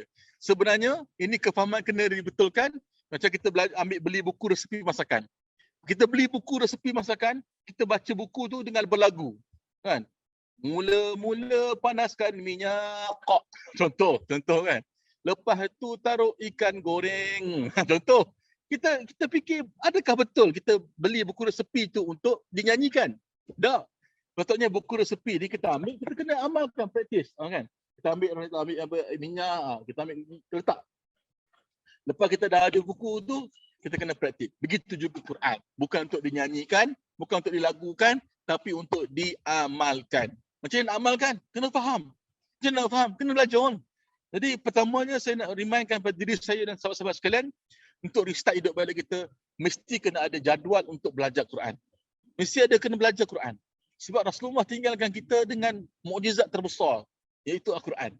Sebab Nabi-Nabi lain ketika berhadapan dengan ancaman musuh, Nabi Nuh alaihissalam, Nabi Musa, Nabi Zakaria, Nabi Yahya, Nabi Isa, semua ada Nabi ketika mereka berhadapan dengan musuh. Tapi kita ni mana Nabi? Nabi dah wafat, dah 1400 tahun dah wafat. Apa dia pelindung kita nak hadapi dengan fitnah-fitnah ni? Maka jawapan ni ialah Al-Quran. So Al-Quran nak jadi pelindung macam mana? Takat baca dan hafal ke? Tak cukup. Mesti kena faham. Mesti kena amal. Dah ustaz macam mana nak buat?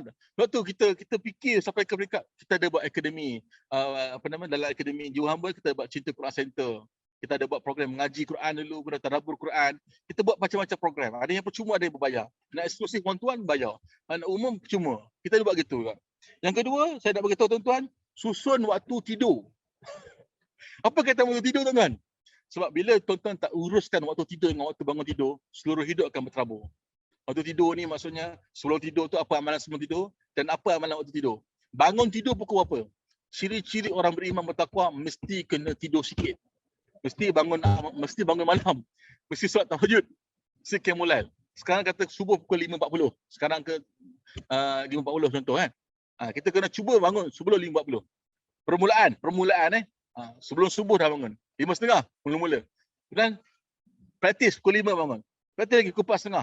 Praktis macam pukul 4 bangun. Bangun awal ni itu adalah amalan orang soleh. Nak lawan fitnah akhir zaman ni, dia tak boleh terikut dengan kebiasaan orang yang tak persiapan ni. Itu yang kedua. Yang ketiga, mesti mengajak ilmu. Mengajak keluarga sekali. Berubah ni dia kena ada circle. Nak ubah seorang-seorang ni payah. Dia kena circle. Mesti kena ajak keluarga kita. Ku anfusikum ahlikum nara. So ajak keluarga bagaimana? Pergi majlis ilmu dulu. Pergi majlis ilmu. Ajak keluarga dengar. Dengar macam tazkirah ni, ajak dengar. Tuan-tuan yang dengar ni kalau sampai ke orang lain, saya ceramah ni sejam ni. Percayalah, cuba cerita ke orang lain. Tak sampai 5 minit habis. Habis yang lagi 55 minit pergi mana? Itulah masalah ilmu ni, dia kena dengar sama-sama. Ajak dia pergi dengar lagi. Ada program Tazkirah, dengar. Subscribe online ada, atau pergi offline pergi semua. Kita pergi sama-sama. Dan saya nak bagi tahu, jangan berhenti kepada 3 perkara ni, cari amal soleh yang terdekat boleh kena buat. Dan saya nak kempen sikit lah. Kebetulan pula sekarang tengah musim korban. Tolong tuan-tuan dalam banyak-banyak amal ibadah, satu amal ibadah untuk dekat diri Allah spesifik ialah namanya korban. Sebab perkataan korban tu sendiri daripada perkataan qaraba, untuk mendekat diri Allah Ta'ala. Tuan-tuan tolong tuan-tuan cari peluang untuk berkorban. Kalau habis dah musim ni, tak tahu tahun depan sempat ke tidak. Kan? Sebab korban ni adalah untuk melepaskan diri kita daripada tuntutan di akhirat. Kalau kita ada harta, kalau kita ada rezeki lebih, tiba-tiba tak berkorban, orang akan tanya, kenapa kau tak nak berkorban? Allah akan soalkan balik. Dan korban ni akan menjadi barang binatang tunggangan kita ke akhirat. Sahabat-sahabat sekalian, kadang-kadang kita rasa macam hidup kita ni ada sabut. Hidup kita ni ada masalah. Hidup kita ni ada struggle. Kenapa jadi macam tu? Sebab kita ni jauh dengan Allah. Maka apa cara nak dekat dengan Allah Ta'ala? Maka ada amal-amal soleh tertentu. Amal soleh tertentu contohnya, istighfar ni untuk apa? Buka rezeki. Kan? Ada amalan tertentu yang Rasulullah berikan. Kalau nak bebas hutang macam apa? Allahumma inni a'udzubika minal hammi wal hazan wa a'udzubika minal ajzi wa kasal wa a'udzubika minal jubni wal bukh wa a'udzubika min ghalabati dini wa qahri rijal. Itu amalan untuk bebas hutang. Baca banyak kali, hilang hutang. Apa lagi amalan? Ada amalan tertentu. Tapi apa dia amalan khas untuk mendekat diri Allah Ta'ala? Jawapannya korban. Tuan-tuan, kadang-kadang orang korban ni dia boleh pilih kat Malaysia, dalam Malaysia, tempat dia tengok korban mata. Itu yang paling terbaik. Dekat tempat tuan-tuan, cari masjid yang mana buat korban, buat. Tapi kalau tak ada bajet, tak sempat nak cari tempat, saya sendiri ada tawarkan, kita boleh buat korban kat luar negara. Saya memang sendiri pergi. Kalau tahun ni saya tak pergi pun, saya ada wakil saya pergi. Kita melalui korbanbarakah.com, yang mana kita buat ni untuk membantu orang-orang yang tak sempat nak buat korban. Tapi kita nak bagi peluang, tolong berkorban. Dan korban pun dapat gambar, dapat video, dapat sijil, everything 100% diyakinilah insyaAllah. Tapi yang paling penting tuan-tuan, cari apa saja amalan untuk dekatkan diri dengan Allah SWT. Nah, sebab kita ni persiapan ni nak dekat akhir zaman ni, dah bukan dekat, dah memang akhir zaman. Nabi pun nabi akhir zaman, kita umat akhir zaman. Ujian dia makin banyak, maka kita kena persiapkan diri kita. Apa saja cara, jom kita perkuatkan diri. Kalau boleh geng-geng UKM ni pakai ramai-ramai. Tak sempat buat dekat UKM kat dalam Malaysia, boleh buat kat luar negara. Boleh kontak saya, kita boleh buat sama-sama. Kalau tak sempat pun, kita paling penting sekali mesti kena ingat belajar tu. Yang paling penting kita nak belajar agama untuk kita lebih dekat dengan Allah Ta'ala. Jadi sekarang itulah kot, dah kita punya masa pun dah hujung-hujung nyawa kan. Jadi saya habiskan ataupun khulasahkan pertemuan kita ni dengan poin-poin telah saya sampaikan. Pertamanya saya ulang balik, kita kena sedar yang fitnah terbesar akhir zaman ni namanya manusia bernama Dajjal. Dan Dajjal ni apa dia? Dajjal ni adalah Allah beri dia izin untuk sesatkan kita. Dan kita kena lawan dia. Cara lawan dia, mestilah kita dengan persiapan. Persiapan dia apa? Dengan memahami Al-Quran, dengan Al-Kafi. Tapi Al-Kafi itu apa dia? Al-Kafi itu bukan sekadar bacaan, tapi kena tadabbur, kena faham. Dan kita sekarang dekat fasa yang keempat, fasa di mana anytime Dajjal akan keluar, anytime Al-Mahdi akan keluar, anytime Nabi Isa akan turun untuk bunuh Dajjal. So kita kena ready untuk persiapan. Yang persiapan-persiapan tu ada 4, akidah, harta, ilmu dan kuasa. Berdasarkan soal Kafi, insyaAllah lain hari ada kesempatan kita kupas satu-satu. Yang terakhir, untuk restart hidup kita mesti tadabbur Quran, sesusun waktu tidur dan waktu bangun tidur. Dan kita kena ajak keluarga kita untuk sertai majlis ilmu dan cari program-program yang boleh dekat dengan Allah Ta'ala. Sebagai contoh, salah satunya korban.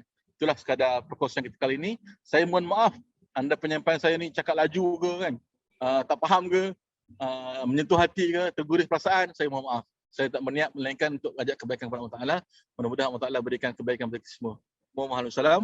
Saya serahkan semula kepada Dr. Zul kita, insyaAllah.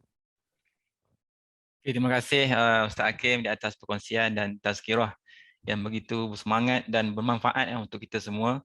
Saya kira begitu banyak sekali poin-poin dan juga tips-tips yang boleh kita amalkan untuk kita restart hidup kita.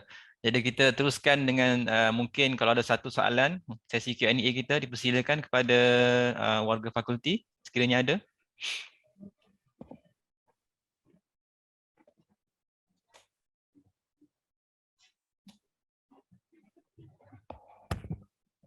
Okey, baik. Saya ada satu persoalan Ustaz Hakim. Menarik sekali tadi kita boleh dengar berkenaan dengan istilah-istilah lepas kita mati kita ada auto cruise kan, tak boleh kawal. Bila dah mati tak boleh buat amalan lagi. Jadi salah satu amalan yang yang boleh membantu kita di hari akhirat ialah harta yang harta jariah kan. Jadi menarik tadi kita dengar Ustaz Hakim kata sekiranya kita cari harta untuk diri sendiri, maka kita akan rasa tak cukup kan. Kita perlu niat untuk cari harta untuk bantu orang lain ataupun beri manfaat kepada orang lain. Jadi bagaimana caranya untuk kita ubah mindset kita, sebab saya rasa mungkin ramai di kalangan kita dan manusia ni selalunya cari harta ni untuk keluarga diri sendiri kan. Dia tak kembangkan skop untuk beri manfaat kepada masyarakat dan seterusnya. Jadi mungkin Ustaz Hakim boleh share pengalaman ke kan, macam mana nak ubah mindset tu. Okey, silakan Ustaz. Okay, terima kasih kepada Dr. Zul. Nabi SAW sebut khairun nas anfa'ahum linnas, sebaik-baik manusia yang mereka yang beri manfaat pada orang lain. Bila kita buat sesuatu, kita akan ada niat dan juga tujuan kan. Dan Allah akan balas berdasarkan niat dan juga tujuan tersebut. Saya ada jumpa dengan satu orang founder bisnes yang dunia bisnesnya income dia ratusan juta setiap bulan. Ini bukan yang ratusan ribu, bukan ratusan ringgit, ratusan juta setiap bulan. Setiap bulan konsisten. Saya tanya kat dia, kenapa you boleh bisnes berjaya macam ni kan? Datuk boleh berjaya macam ni? Dia bagi tahu, Ustaz, satu benda saya pegang Allah akan bagi kita rezeki berdasarkan kepada capability kita. Kalau kita punya kerja tu, kita punya niat ke capability kita tu untuk seorang kita je, Allah akan bagi rezeki kita takat seorang tu je. Tapi kalau you niat dengan rezeki you tu nak manfaat kepada 5 orang, Allah akan berikan keluasan lebih kepada 5 orang. Contoh dia sebelum ni dia niat untuk seorang, Allah akan bagi rezeki tapi untuk seorang je. Tapi bila you ada contohnya ada keluarga kan, niat untuk keluarga, Allah akan bagi rezeki. Contoh kata ada rezeki anak-anak ni rezeki anak-anak kan, perasan tak? Allah akan bagi ikut kita, melalui kita, kerana kita ada tanggungjawab besar. Habis tu Ustaz, kalau anak saya banyak tu juga macam orang lain, tapi kenapa dia punya rezeki banyak sampai beratus juta? Maka jawapan dia punya niat dengan keuntungan ataupun dia punya kewangan yang dicari tu untuk dimanfaat kepada jutaan orang, untuk dimanfaat kepada ratusan ribu orang. Maka rezeki yang untuk ratusan ribu orang tu, faham tak ni? Rezeki untuk ratusan ribu orang ni akan dimasukkan melalui dia. Saluran rezeki akan masuk ikut dia. Dia kena faham konsep ni. Konsep rezeki ni akan disalurkan mengikut siapa yang berniat untuk sampaikan rezeki tu. Budak-budak kecil, dia bekerja tak? Anak-anak kecil, dia tak bekerja. Tapi dapat makan tak? Dapat minum tak? Dapat makan, dapat minum. Macam mana dapat makan minum? Siapa yang makan dan minum? Maka makan dan minum dia disebabkan kerana Allah bagi dia rezeki melalui mak ayah dia. Tak. Jadi kalau kita fikir rezeki kita ni adalah untuk kita dapat untuk kita seorang, maka Allah akan bagi rezeki takat kita seorang je. Tapi kalau kita rezeki, saya nak berkongsi rezeki yang saya dapat ni kepada 100 orang. Maka 100 orang yang Allah Ta'ala ni akan bagi melalui saluran kita. Jadi itu antara cara untuk kita ubah mindset kita, akan faham antara rezeki. Sebab kita kena faham rezeki ni apa yang kita dapat manfaatkan. Bukan apa yang kita dapat, apa yang kita manfaatkan. Apabila kita dapat sesuatu, contoh kita kata kita tengah makan kan, tengah-tengah makan, satu suap kita makan, tiba-tiba yang lain tengah-tengah makan datang kucing serbu. Kita pun cakap tak ada rezeki makanan kita dah. Yang kita suap satu je. Jadi walaupun kat depan mata ni, maka rezeki itu bukan apa yang kita tengok, apa yang kita pegang, tapi apa yang kita dapat manfaatkan. Jadi kalau kita fikir, rezeki itu adalah sesuatu yang telah ditentukan oleh Allah Ta'ala, dan takkan berkurang pun rezeki bila kita berkongsi dengan orang lain. Ini yang kedua. Mindset untuk kita tak rasa rugi bila berkongsi sebab ada jaminan Nabi. Nabi bagi jaminan dalam hadis dia, tidak akan berkurang harta mereka yang bersedekah. Yang ini penting kena faham. Kalau kita tak faham benda ni, kita rasa berat hati nak sedekah. Saya yakin Allah yang bagi jaminan. Rasulullah bagi jaminan. Rasulullah dengan Allah ni tidak akan menipu. Maksudnya kalau kita letak mindset kita, di dalam aku punya pendapatan, rezeki yang aku terima ni ada hak orang lain dan sedekahkan, dan itu tidak akan berkurangan. Itu yang kedua. Yang ketiga ni daripada Ustaz Allahyarham Profesor Dr. Harun Din bagi tahu apa saja yang kita akan makan, apa yang saja kita makan, manfaatkan, makanan akan lusuh, makanan akan berubah jadi najis. Tapi apa saja kita sedekahkan, apa saja kita berikan, itu akan menjadi milik kita dalam kekalahan. Artinya, apa yang menjadi milik kita ialah apa yang kita beri pada orang lain. Jadi inilah nak ubah mindset kita. Mindset kita kalau kita faham, oh rezeki ni bila kita bagi orang lain itu kita punya. Rezeki tak akan berkurang kita bila ni. Rezeki akan bertambah bila kita niat untuk orang lain. Maka kita akan faham dan kita akan beramal. InsyaAllah. Jawapan dari sisi mindset. Alhamdulillah. Terima kasih banyak Ustaz Hakim. Jawapan yang menarik sekali dan saya ambil manfaatnya. Baik, ada satu lagi soalan, minta maaf semua, ada satu lagi soalan yang saya perlu bacakan. Ada peserta yang PM saya ni. Kita dah nak habis kan, tapi mungkin Ustaz Hakim boleh ringkaskan respon dia. Bagaimana nak ikhlaskan diri dan kuatkan semangat diri untuk terus buat baik. Sebab kadang-kadang bila semakin buat baik, ada pula yang cuba ambil kesempatan atas kebaikan, ada pula yang kata berlakon buat-buat baik. Mohon pencerahan Ustaz. Sila Ustaz. Okay, baik. Tentang berbaik-baik kepada orang ni, sebenarnya kan amalan kita ni tak ada satu orang pun boleh tahu. Kita ikhlas ke, kita tak ikhlas ke, kita berlakon ke, kita tak berlakon ke. Dan bukan sekadar orang, malaikat pun tak tahu. Tak ada siapa pun tahu amalan kita tu ikhlas ke tidak melainkan Allah SWT. Kerja kita ialah buat je. Kerja kita buat. Even kalau kita tengah buat tak ikhlas tu, kita kena buat juga, teruskan. Tapi dengan syarat kita kena istighfar. Sahabat-sahabat sekalian, kalau tak buat langsung tak ada pahala. Kalau buat, sekurang-kurangnya kita berusaha untuk dapatkan kebaikan. Cumanya, saya kena beritahu siasat kepada semua orang, termasuk diri saya sendirilah kan. Benda yang paling besar dalam satu amalan ni lah bukan banyaknya amalan, tapi baiknya amalan. Ahsanu amalan. Apakah maksud ahsanu amalan? Orang yang dapat memberikan keikhlasan dalam amalan dia. Dan macam mana nak tahu amalan itu ikhlas ke tidak? Bila orang puji, kita tak menambah. Bila orang kerji, kita tak berkurang. Itu maksudnya. Maksudnya kita tak terkesan lah orang puji ke, orang kritik ke. Orang kata, kau ni macam ikhlas ke tolong orang. Kita buat juga. Mana ikhlas lah. Tapi bila kita buat, kau macam ikhlas ke tolong orang. Kita tak buat. Mana itu tak ikhlas lah. Dia terkesan dengan kritikan orang, dia terkesan dengan puji orang. Itu masalah. Ni Dr. Zul, ada satu orang WhatsApp saya, PM messenger saya ni. Dia kata macam mana sebilangan orang masyarakat yang viral yang mengumpul stok makanan sebagai persediaan akhir zaman. Nak jawab ke soalan ni? Boleh Ustaz, sila. Ada masa lagi dalam 5 minit ni. Sahabat-sahabat sekalian, saya ada pandangan peribadi tentang perkara ni lah. Pandangan peribadi saya, makanan ni di akhir zaman ni, kalau ikut Nabi SAW ni hadis, ialah dengan zikir. Subhanallah. Alhamdulillah, Allah Akbar tu jadi kenyang. Okay. Tapi salah tak nak persiapkan makanan? Dengan setengah orang hujah macam Nabi Yusuf. Nabi Yusuf persiapkan sampai 7 tahun stok makanan kan, untuk menghadapi kemarau. Jawapannya terpulang pada masing-masing. Mana yang nak pegang pada fahaman stok makanan perlu ada, terpulang. Mana yang nak pegang tak perlu ada, terpulang. Tapi saya nak peringat satu perkara je. Kita buat persiapan ni untuk hidup ke, persiapan ni untuk mati? Soalan tu kena jawab. Kita persiapkan tu untuk kita kekal hidup ke, ataupun persiapan tu untuk kita boleh mati? Faham tak? Ada orang simpan makanan ni untuk diri sendiri. Balik pada kita punya niat lah. Ada orang, saya pernah jumpa satu orang ni, pasal apa kamu bawa stok makanan ni? Saya nak, nanti kalau orang tak ada makan, saya nak bagi makanan saya ni. Itu untuk matilah tu. Dia buat tu untuk akhirat dia. Dia fikirkan, oh makanan ni untuk orang-orang yang ada masalah, saya nak share. Contoh macam orang terlibat dengan banjir lah. Dia share dekat pelampung. Apa nama? Perahu kan? Boat kan? Boleh tak silakan pelampung dengan perahu? Boleh lah. Apa tak boleh pula? Tapi kalau saya simpan ni supaya saya seorang-seorang selamat. Lain kali mati tak apa, tak kisah. Saya seorang selamat. Itu masalah lah. Tapi kalau dia simpan perahu, bot, sampan ni, pasal apa? Supaya semua boleh selamat. Itu okey. Jadi kalau nak simpan makanan, jangan ubah sikit niat tu. Saya minta ubah sikit niat. Mau nak simpan lah. Itu pilihan masing-masing kan. Tak ada pasal. Tapi ubah sikit niat bukan untuk sendiri-sendiri. Ini masalah ni. Nabi Yusuf simpan makanan tu, lepas tu dia bagi orang. Negara luar datang, daripada Mesir, daripada luar Mesir datang, daripada Palestin datang, dia tolong, dia bagi makanan. Ini kalau kita simpan stok makanan, pasal apa niat? Oh nanti kalau tak ada makanan, aku senang lah. Orang lain lapar? Ya, dia lapar, dia tak simpan makanan, pasal apa? Masalah.